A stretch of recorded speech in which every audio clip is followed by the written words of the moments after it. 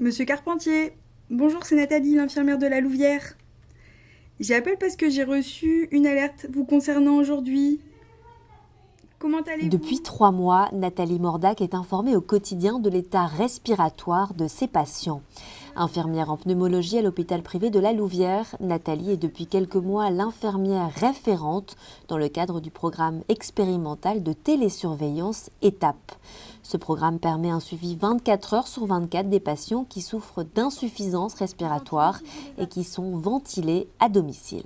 Donc ça, c'est une ventilation non invasive les patients qui participent au programme ETAP ont un petit modem dans cette machine qui permet que la machine soit connectée à une plateforme qui s'appelle ADEL.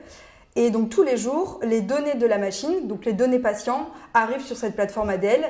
Et nous, par exemple, moi tous les matins, je regarde sur mes mails et on peut recevoir des alertes. Si par exemple le patient n'a pas bien mis sa machine, s'il a augmenté ses pressions, on reçoit du coup des alertes pour nous dire que tiens, chez ce patient, il y a un souci.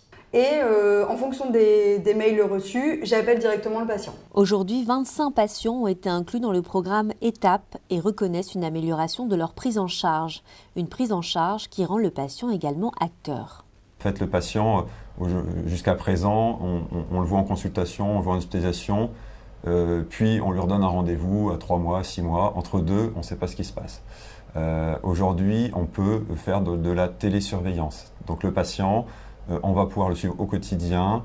Alors, ce n'est pas de l'espionnage, hein, c'est un suivi médical uniquement. Donc, le patient, il a le sentiment qu'on ne coupe plus le cordon. Hein. Ce qui pouvait nous être reproché avant, c'est effectivement, on se voit en consultation une fois de temps en temps, et entre deux, j'ai plus de nouvelles de vous. Moi, si je ne vais pas bien, vous ne savez pas forcément, etc. Le patient est également alerté des alertes. Hein. Quand nous, on a une information sur une problématique technique vis-à-vis de la machine, le patient également a l'alerte.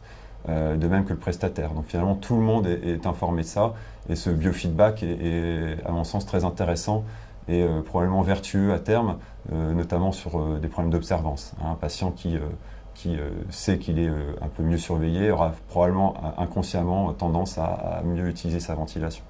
Prochainement, la plateforme ADEL va développer une application via laquelle les patients pourront faire part de leur état de santé. Le lien patient-médecin sera donc à nouveau renforcé.